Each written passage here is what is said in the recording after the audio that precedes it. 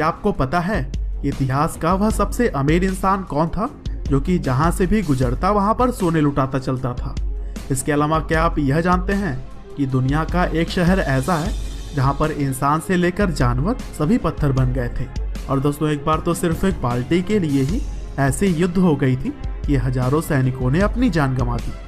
अब यह सभी बातें सुनने में थोड़ी अजीब तो लगती हैं, लेकिन हर फैक्ट के पीछे बड़ी इंटरेस्टिंग स्टोरी है और आज के इस वीडियो में हम यही जानने वाले हैं।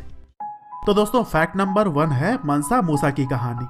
दरअसल यही वह आदमी था जो कि कहीं से भी गुजरता वहां पर सोना लुटाते हुए चलता था। वैसे तो दोस्तों, इतिहास में एक से बढ़कर एक राजा हुए हैं जिनके अलग अलग कारनामे हमें अक्सर सुनने को मिल जाते हैं, लेकिन फिलहाल हम बात कर रहे हैं सबसे अमीर राजाओं में गिने जाने वाले मनसा मूसा की, जो कि टिम्बकटू के राजा थे। और दोस्तों, टिम्बकटू फिलहाल वेस्ट अफ्रीका के देश माली में स्थित है। और दोस्तों, यहाँ के राजा का काफिला जब कहीं से गुजरता था तब वह बहुत सारा सोना दान करते हुए चलते थे। और एक बार तो बताया जाता है कि जब राजा मनसा मूसा मक्का की यात्रा पर निकले थे तब उनके काफिले में 60,000 लोग शामिल थे, जिसमें से 12,000 लोग केवल उनकी निजी सेवा के लिए थे। और दोस्तों, मूसा के काफिले के साथ 80 ऊंटों का जत्था भी था, जिसमें कि हर ऊंट के ऊपर 136 किलो सोना लदा हुआ था और वह पूरा सोना उन्होंने रास्ते में ही दान कर दिया। हालांकि काफी दयालु स्वभाव के होने की वजह से उनके इलाके में महंगाई काफी ज्यादा बढ़ गई थी और सोने का भंडार होने के बावजूद उनके राज्य के लोगों को बाद में चलकर परेशानियों का सामना करना पड़ा। और दोस्तों, फैक्ट नंबर 2 एक ऐसे शहर के बारे में है जहां पर इंसान से लेकर जानवर सभी पत्थर बन गए थे। दरअसल दुनिया में बहुत सारे ऐसे रहस्य हैं जिनसे अभी तक पर्दा नहीं उठ पाया है और इंसानों और जानवरों का पत्थर बनना उन्हीं रहस्यों में से एक है। दरअसल यह बात है इटली के शहर पोम्पई की, जो कि हजारों साल पहले एक आम शहर की तरह ही दिखाई देता था। लेकिन एक बार कुछ ऐसी घटना हुई जिसने कि शहर को पूरी तरह से बदल कर रख दिया। दरअसल वहां पर बहुत सारे ऐसे इंसान और जानवर थे जो कि पत्थर बन चुके हैं। हालांकि इस बारे में पहले तो कुछ भी पता नहीं चल पा रहा था, लेकिन जब पुरातत्व विभाग के द्वारा बाद में उसके ऊपर छानबीन शुरू की गई तब बहुत सारी ऐसी बातें सामने आई जो कि हैरान कर देने वाली थी।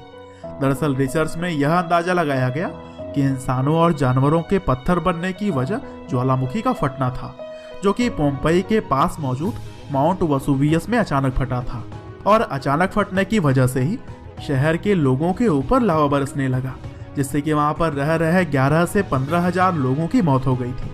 और फिर जब सब कुछ नॉर्मल हुआ तब सभी शव ठोस बन चुके थे।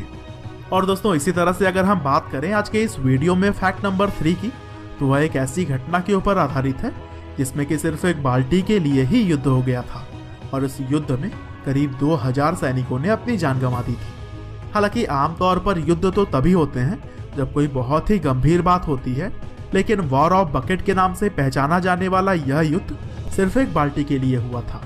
दरअसल यह सच्ची कहानी है इटली के 2 राज्य बोलोगना और मोडेना की, जो कि 1296 में एक बार पहले भी लड़ चुके थे और इसी वजह से वहां के लोगों के बीच हमेशा ही तनाव का माहौल रहता था।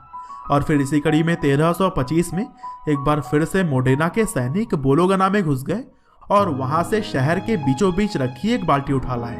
दरअसल इस बाल्टी में बोलोगना के सैनिक जो भी कीमती चीजें मोडेना से लूट कर लाते थे वह रखते थे और इस बाल्टी को बोलोगना शहर के बीचों बीच रखा गया था। हालांकि जब बोलोगना शहर वालों को यह बात पता लगी कि मोडेना के सैनिक उनकी बाल्टी लेकर गए हैं, तब यह बात उन्होंने अपने सम्मान पर चोट जैसी समझी। हालांकि पहले तो बोलोगना ने बिना किसी झगड़े के उस बाल्टी को वापस करने के लिए कहा, लेकिन मोडेना के सैनिकों ने उनकी मांग को ठुकरा दिया और फिर इसी वजह से दोनों राज्यों के बीच युद्ध छिड़ गई। और फिर जहां बोलोगना की सेना में 32,000 सैनिक थे, वहीं दूसरी तरफ मोडेना की सेना में मात्र 7,000 सैनिक थे। मगर इतना भारी अंतर होने के बावजूद भी मोडेना ने बोलोगना को हरा दिया था। और दोस्तों, ऐसा माना जाता है कि बाल्टी के लिए लड़े गए इस युद्ध में करीब 2000 सैनिकों ने अपनी जान गंवाई थी। तो दोस्तों, यह थे आज के इस वीडियो के 3 इंटरेस्टिंग फैक्ट्स। उम्मीद करते हैं कि यह जानकारियां आपको जरूर ही पसंद आई होंगी। आपका बहुमूल्य समय देने के लिए बहुत बहुत धन्यवाद।